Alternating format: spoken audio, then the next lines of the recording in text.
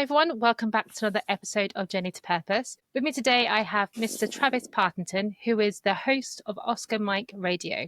Travis, thank you so much for being here. Welcome. It's great to be here. I'm having a great time. Thank you. First very easy question is, where in the world are you? I am in the New England area, the Boston area, and in the United States. Very nice. Is that home for you or are you just visiting? That's home for me at this time. Yeah, I've been here for a little while, so this is where I live and work. Lovely. It's a nice part. I've been to Boston once, about 20 years ago, when the Big Dig was still going on. You're not missing much. Okay, fine. One day I'll come back. So, Travis, tell me about yourself.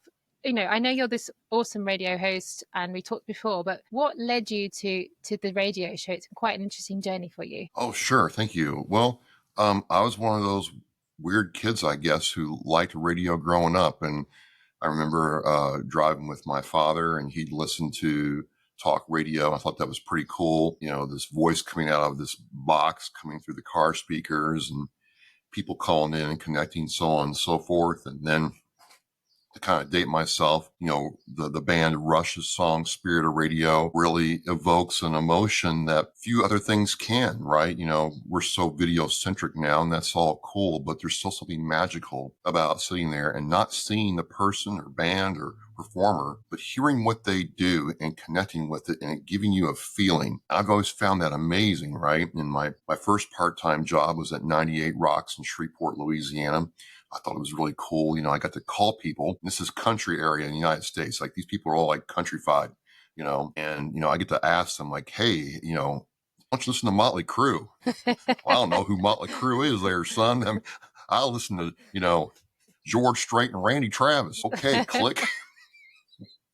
But it never really left me. And then, I got in the Marine Corps, and in the Marine Corps, I was a radar operator for the surface-to-air missile system Hawk. It is being used in Ukraine, by the way. I kind of feel proud about that. And I got out of the Marine Corps, moved to the Boston area, and went through some life challenges, to say the least. And during this time, these guys had me do some guest hosting on WVBF, AM 1530 in Taunton, Mass. And they would have me come down and talk about veteran stuff. And they're a really cool bunch of guys. Great show. And I really liked it. This is in the 2014, 2015 era, where I don't know about the UK, I don't know about Britain, but in the United States, this is when, someone's like saying, hey, we got a problem here. We have a lot of veterans starting to commit suicide at an alarming rate. Yeah. Suicide is staying anyway, but it was like really bad. And I'm a lifetime member of the Marine Corps League, and we would do these burial rituals for veterans who had passed, some of them who had taken their own lives. And it just did a number on me, Philippa. I mean, here I am, life is kicking my rear end all over the place. Every day is a battle, and I feel worthless and alone, but I'm trying to hang in there. And I never came to that point, but I'm like, holding on to hope, right? And I'm like, well, what's going on here? And I'm like, I didn't know much. I didn't know anything. This is 2016, 2015. I'm going to start my own, podcast radio show. And so, it started as Oscar Mike, or Oscar Mike Radio does in military speak. I don't know how the UK does it. It's Oscar Mike is military speak for on the mission. We're on move. Let's go. And I wanted to be Oscar Mike for my fellow veterans and the people that support, our active duty military and veterans. And so almost 9 years later, it's still something that I do and I get a lot of enjoyment from. And conversations with people like yourself make it all worth it. I mean, it's amazing what you do, Jen. Also, it's gone for so long. I didn't realize it was 9 years. I knew it'd been quite a long time. What difference has it made to your life, first of all, this journey that you've been on? Because so in 9 years, I'm guessing things have really transformed from how you first started. Well, I mean, that certainly is accurate. I mean, I think for me, I went from feeling worthless and having no value and being alone, being really in my own little sandbox, to now having to talk to people, meeting people where they are, understanding how people work, and then understanding and learning just how much I don't know about the military and veteran experience. I mean, I get really nervous when someone says, yeah, I know everything about the military. I'm like, there's no way. There's no Absolutely. way, right? And it's, I know there's a lot of emphasis on the special forces people, the SAS, the SEALs, Delta, those people get a lot of the props and they do a dangerous job. And that's great. And certainly I tip my hat to them with nothing but respect, but people forget there's people, in an office somewhere doing, munitions requisitions, food requisitions, figuring out how to move tanks from one side of a country to another on time, no disaster, no problems, parts that never see the light of day. They never get their name in lights. They never are told they did an awesome job. And one of my things was I wanted to highlight those people. Okay, yeah, you worked in supply, you handed out, gas masks. But you did a job that, people's lives depend on you doing your job right. And then Definitely. secondary to that, people like yourself get out of the military. We all get out one way or the other. I mean, we're all getting out, and everybody's transition story is different.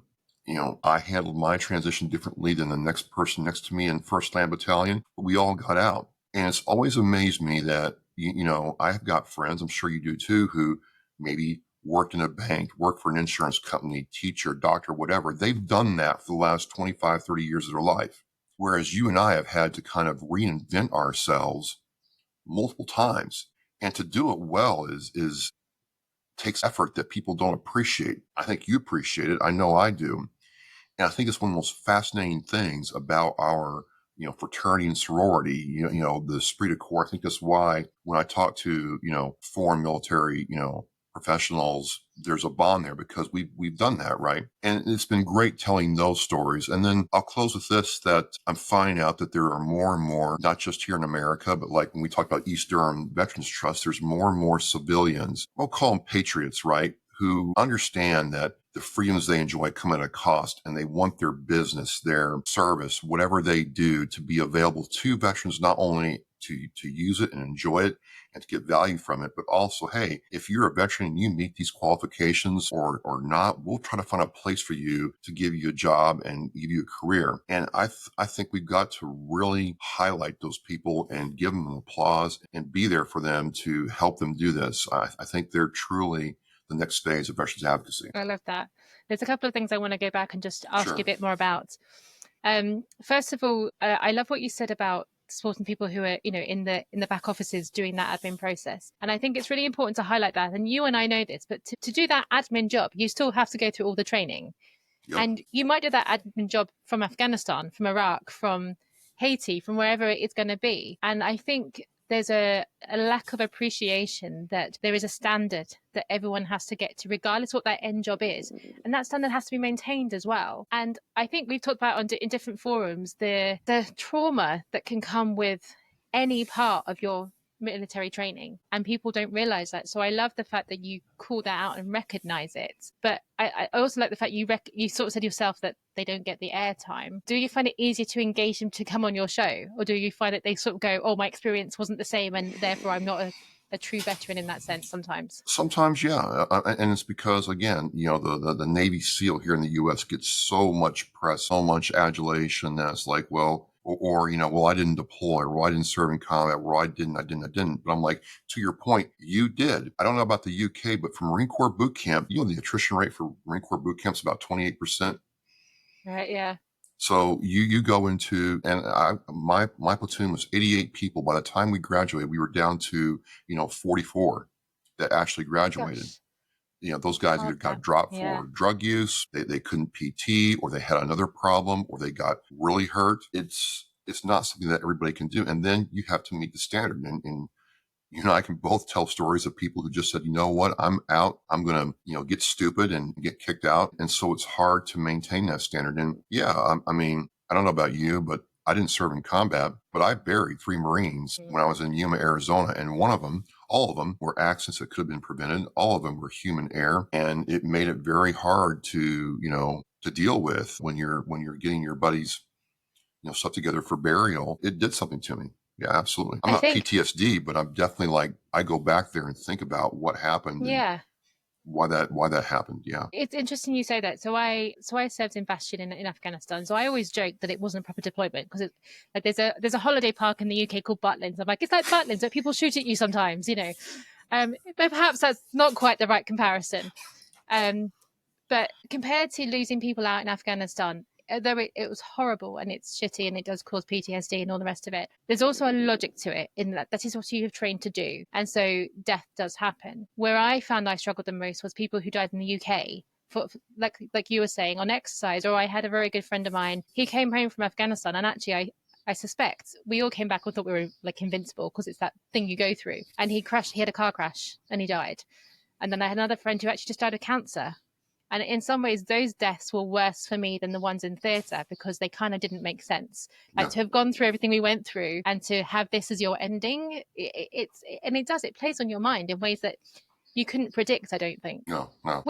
So looking at the radio aspect of the show, and I love your story was quite romantic in the point of view of it took me back to thinking about the resistance radios back in the day, but the importance of radio as a communication tool. And again, I love how it's kind of the foundation of your show, which is just hearing those voices. And it made me think of, in World War II, the resistance radio was so important. But actually, even now in areas of conflict, radio is so important. It's that voice in the darkness. And so you talked about the impact it's had on you, and obviously you're promoting people. Have you had any feedback from people from your show that's made you kind of reinvigorate yourself whenever you felt down? I think if to answer that question in the aggregate, when someone says to me, I get two areas of feedback. The guest says, like, wow, I was really nervous about coming on here. I didn't think I would have a lot to say. And you made me feel safe and comfortable. And before I knew it, I was just having a good time talking with you. That makes me feel really good. It really makes me understand that I've got that part of the craft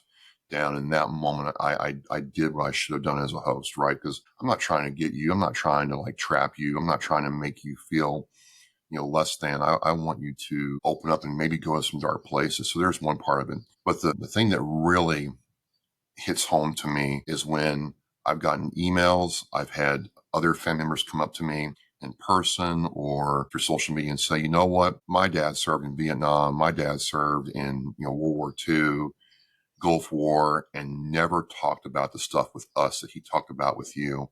And I learned so much from that experience. Thank you so much. And when I hear that, forget the number of likes, follows, subscribers, downloads, whatever. That is irrelevant when I hear that. Definitely, I can imagine that. Now, you're obviously more than just a radio show host. I see you so active on social media. Like, I can't keep up. Every time I go on, I'm like, and I don't go on that often in fairness, but I have this aggregate of what Travis is being up to.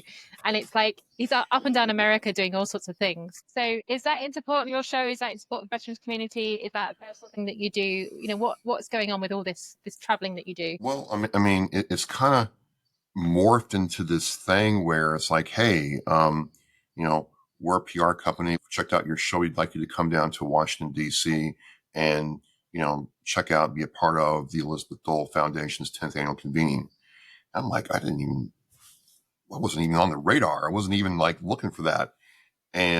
Or it's like, hey, we really like the way we saw you do an event, MC an event, and we'd like to see if you would come and MC our event. And, part of this is just seeing what other opportunities are out there. But part of it, it's like, hey, it's kind of validation that, I've worked on my craft. I've worked on my presentation. I've worked on being, technically proficient with sound and editing, that people understand that, hey, this is someone who really has worked hard at doing this. We want to have them as part of us. So that's where a lot of that comes from. I would love more opportunities for certain, but right now these things just kind of happen organically. I mean, why not? Come to the UK. We'll try and see if we can figure something out. I think you owe a trip to Durham anyway. So well, I mean, we talked about that. Like that, like give me like 2027, 2026. Okay. I'm like, look, Sunderland till I die. Could we do that? Well, the Yes, East we Durham can. Veterans Trust is right there, right? Sunderland's right next door. We'll have a conversation. Exactly. I mean, and you joined the Army just to see if you were broken. It'd be an awesome time. And I'm a Partington, and there's tons of Partingtons in England. I'd like to kind of understand my family roots a little bit. Oh, there we go. That's a really, there's a whole thing about knowing where you come from to help you know where you're going to go, right? And I think in the US, you guys do that better than we do. So we just go, oh yeah, like my grandmother was Irish, my grandfather was from Sunderland, my other, like we kind of we feel it's pretty quite, I was not to say inbred, but we're quite a small place. So like we don't get so hung on it in the same way. But actually, when my mum, when she had cancer about 10 years ago, she did her family tree. And it's fascinating what you find out and things that you kind of look and go, okay, I do those things myself, or things that I never expected. I always joked about being a glass blower because I went to Venice once. I was like, this is amazing. Turns out you need 7 years to become a glass blower just as a basic level. So I'm not that committed. But in my family tree, one of my great grandparents was a glass blower. Who knew? So I do think there is strength to understanding where you come from. But what I also like is actually you just forge your own path. And that's definitely what you have done. And you talked about reinventing when you leave the military. And again, people often say to me in the UK, those ex-military types, they always talk about what they did when they were in the army or the navy or whatever. It's like, yeah, because it's a big thing. It's like we lived it. So like we lived it in a way that you don't in a civilian job, because you eat, sleep, train, do all of it with your buddies. So it is like letting go of something. But with what you're doing, you're rebuilding that community or bringing those people together. But is there any time that you ever feel like actually like the problem's too big? Like, can I keep doing this? And if so, how do you kind of address that? Well, I mean, it does happen every now and then where it's like, okay, we've been trying to solve the 22 a day thing now for, I'm just going to say, a solid 10 years. Since 2014, we've been trying to drive that number down. And then,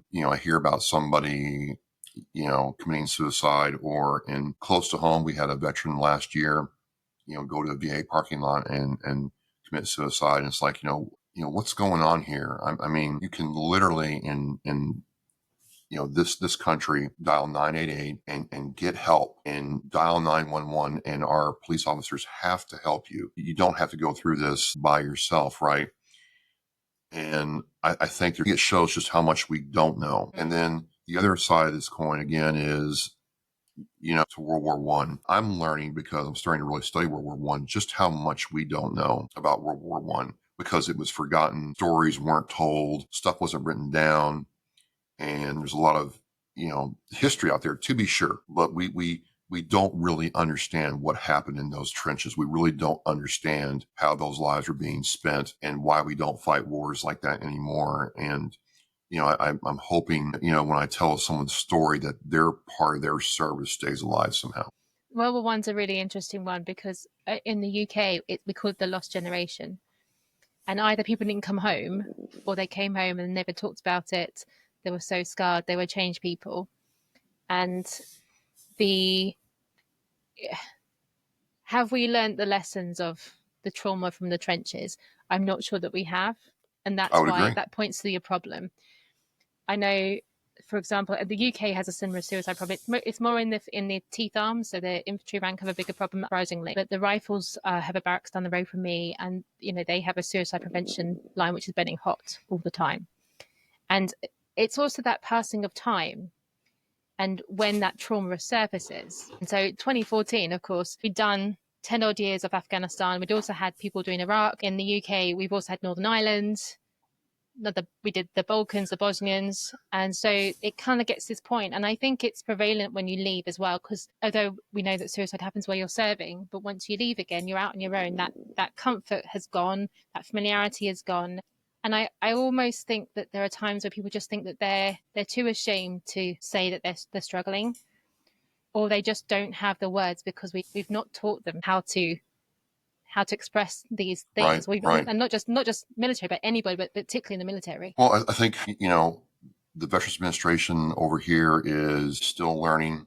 I'm learning about how the brain works. I'm not a medical professional at all, but every medical professional I talk to in neuroscience, neurosurgery is telling me, hey, we really are just now scratching the surface of what we know about what the brain can do, how it heals, how it holds on to trauma, the physiological aspects of, like shell shock. They called it shell shock back in World War One. And we didn't know for years that the blast radius of a of a shell going off would affect the human body the way it did. So I think there's a lot to be learned. And I think that's also why the stories are so important is, okay, if we can get enough data to start understanding where these problems are, maybe we can solve some of them, but also awareness. Make that phone call and call that old buddy that you served with and see how they're doing. That might be enough. Someone's saying, hey, I'm all right, and they don't look all right. Maybe it's time to grab a cup of tea, a cup of coffee, some fish and chips, as you all say, and watch a football match.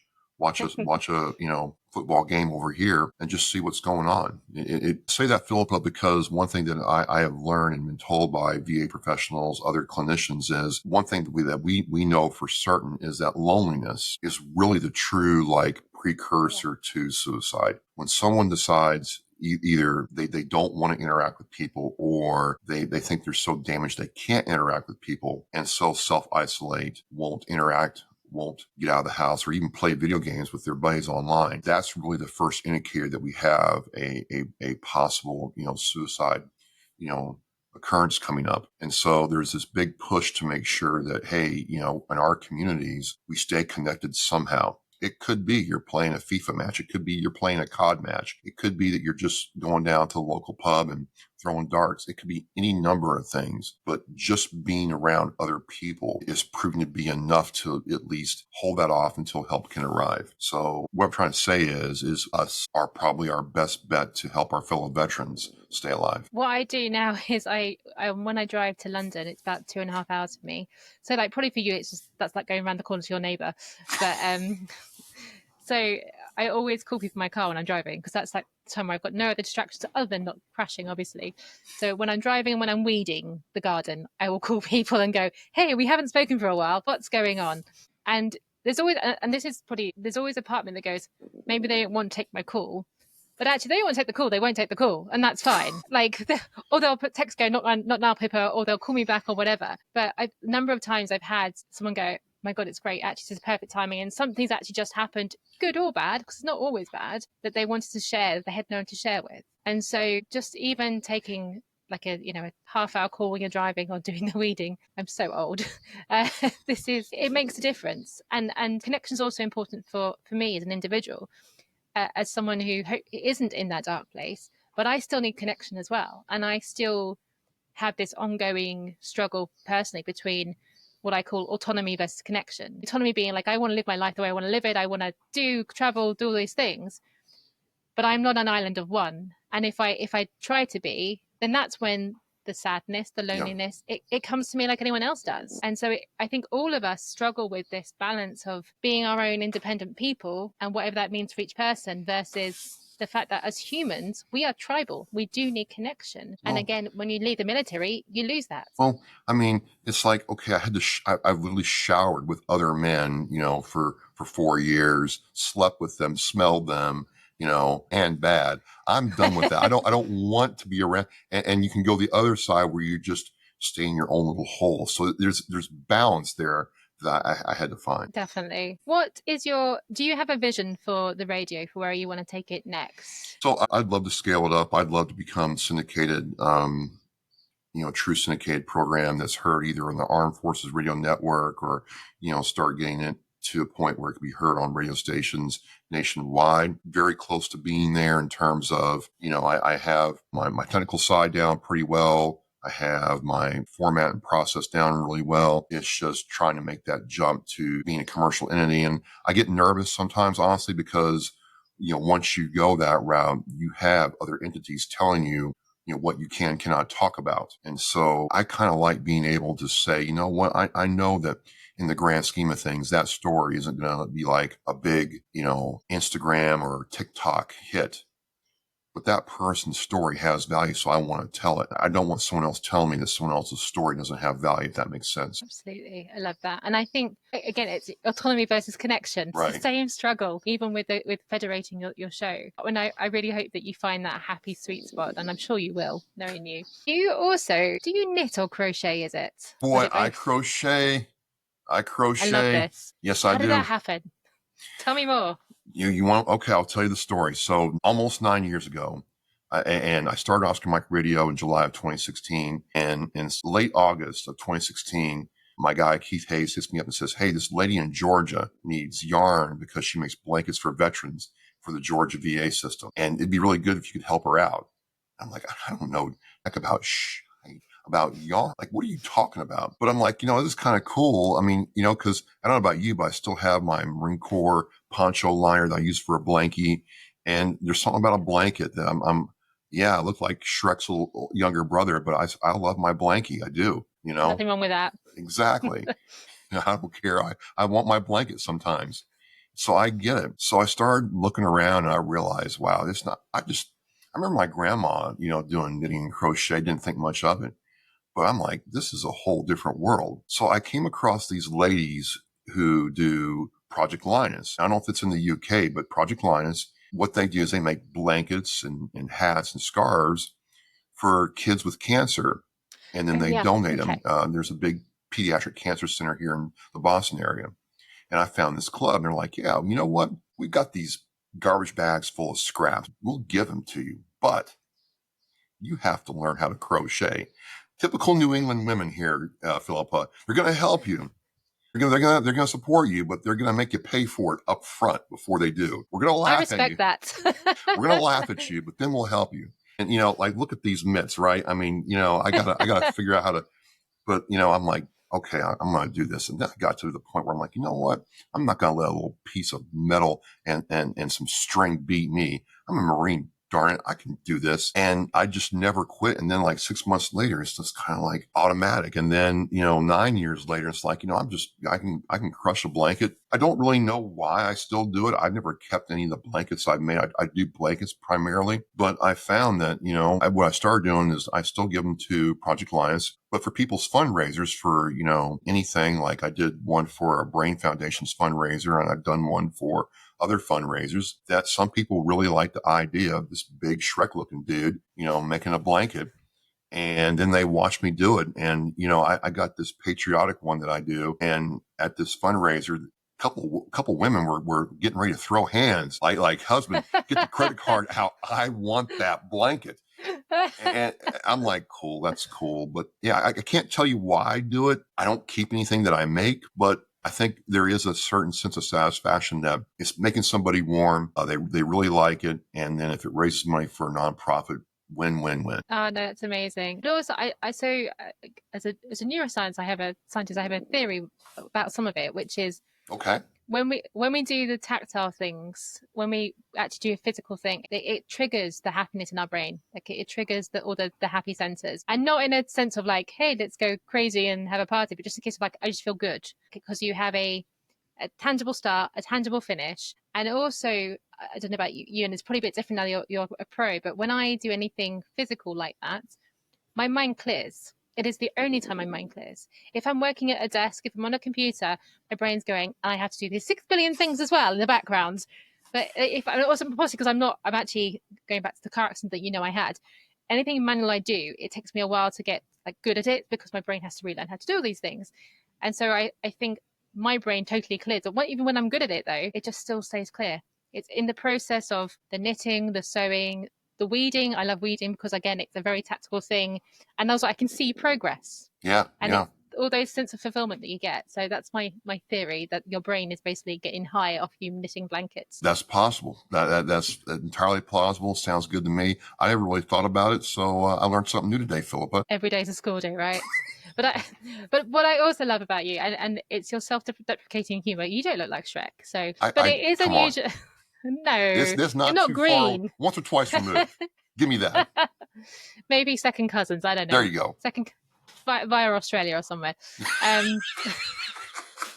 So my cousins are all Australian. I can say that.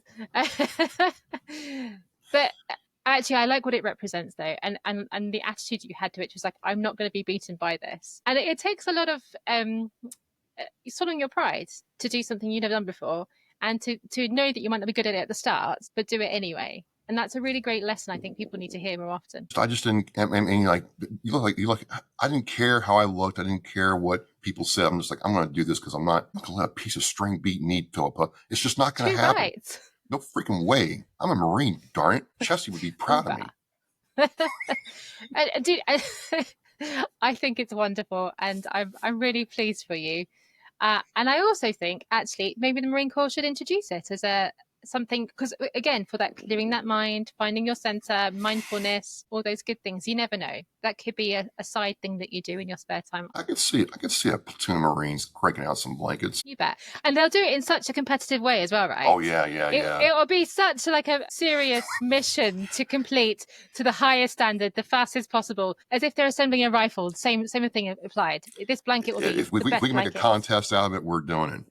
Yeah. There we go. There's a new charity fundraiser for you. Teach a platoon of Marines, get them to make blankets, and then sell them all for charity. That'd be awesome. I might do that.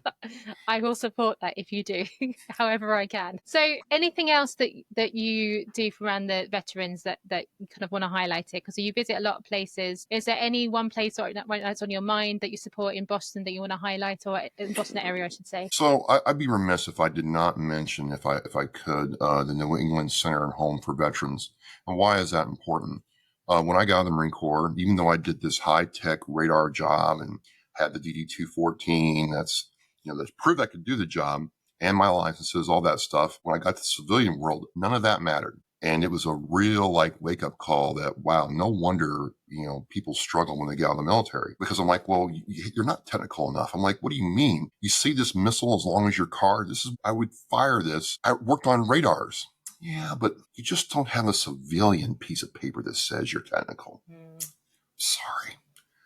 And so at the time, it was called the New England Shelter for Homeless Veterans. But they had programs for all veterans. And one of the programs was a 6-month computer course. And I'm like, telling the Master Sergeant, Veteran Service Officer for the town of Abington, like, Master Sergeant Colantonio, I write in BASIC. I've built my own computers. Why do I got to do this? He's like, you need a piece of paper in there, Lance Corporal. Now go do it. It's a free course, 6 months. You're getting unemployment. Go do it. And so I did it. And, from that course, I got my first job, doing, help desk computer work, and then, work now for a company that I've been at for a little while. In 2013, 2012, I got a chance to give back by, being involved with that organization and the population they serve. One of the things about homeless veterans, and I'm sure it's the same way in the UK, is, a lot of people don't want them around in their town. A lot of people are like, hey, if I got to give my donation dollar to somebody, why am I giving it to a homeless veteran who can't figure out life versus the veteran who's trying to, move themselves forward somehow or create their own nonprofit? I'm going to give my donation dollar to the veteran who, in my view, has more runway. And my reply to that is, we don't know what happened to that veteran that they got into this state. I said, again, you did a job, you thought you were going to be able to get another job when you got out of the Marine Corps or service, and you didn't have the accreditations or certifications to get that job. Now you're not be able to make the kind of money that you thought you'd be able to make. You're not able to support your family. I've told people that, hey, family issues affect veterans just like civilian people. And, when you get kicked out of your house or have to leave your home, not by your choice, it can have a very detrimental effect and outcome for your life. And that's a fact that we have to face more and more. There's any number of reasons why you can go homeless, or maybe you had an injury that you didn't go to the VA for because you didn't know you could. And finally, it just caught up with you and you just couldn't work anymore and you became homeless. But why is it that those veterans aren't given the dignity of a place to stay and a hot meal and a chance to reclaim their lives? And so I feel it's very rewarding work when I see the efforts, not only from my efforts that I've given over the years, but also the people who are there on the ground working with these veterans. And you see that success story. Hey, I came into the center. I spent 6 months a year. I got myself right, got on a good nutrition regimen, counseling regimen. I learned how to, be a human being again. And now I got a job, I'm out in society, I'm loving life. And to me, that aspect of serving my fellow brothers and sisters in that way is one of the most rewarding things I've done outside of being in the Marine Corps. And I just think that we have an obligation to make sure we treat them with dignity and respect like we do anybody else. Definitely, 100%. Thank you. And how can people in the local area support the organization if they want to? Well, if you want to check out more, just go to nechv.org. That's November Echo Charlie Hotel victor.org and check out the mission of what they do and how they do it. And it's truly an impressive organization. It does sound it. Brilliant. Thank you. And how can people get in contact with you if they want to and listen to your radio show? Well, I mean, I'm on YouTube and Rumble and Facebook and, all the podcasting places, Spotify and Apple. You can go to worldwideweb.oscarmikeradio.com and check out all my shows and get plugged in there. If you want to email me, it's simply travis@oscarmikeradio.com. Would love to hear from you. Thank you. I'll put that all in the show notes as well, so everyone can find it. Yeah, and if you're a UK veteran, be like Philippa and come on my show. I feel like I've been adopted by all you guys over the pod. It's wonderful just hanging out with you guys every so often. It's a real privilege, so thank you. Likewise, and I recommend it to everybody. Travis, thank you so much. I really look forward to seeing your show grow and keep engaging with you and all the success that you deserve. But thank you so much for being here today. Likewise, Philippa, thank you. And as we say, Semper Fi.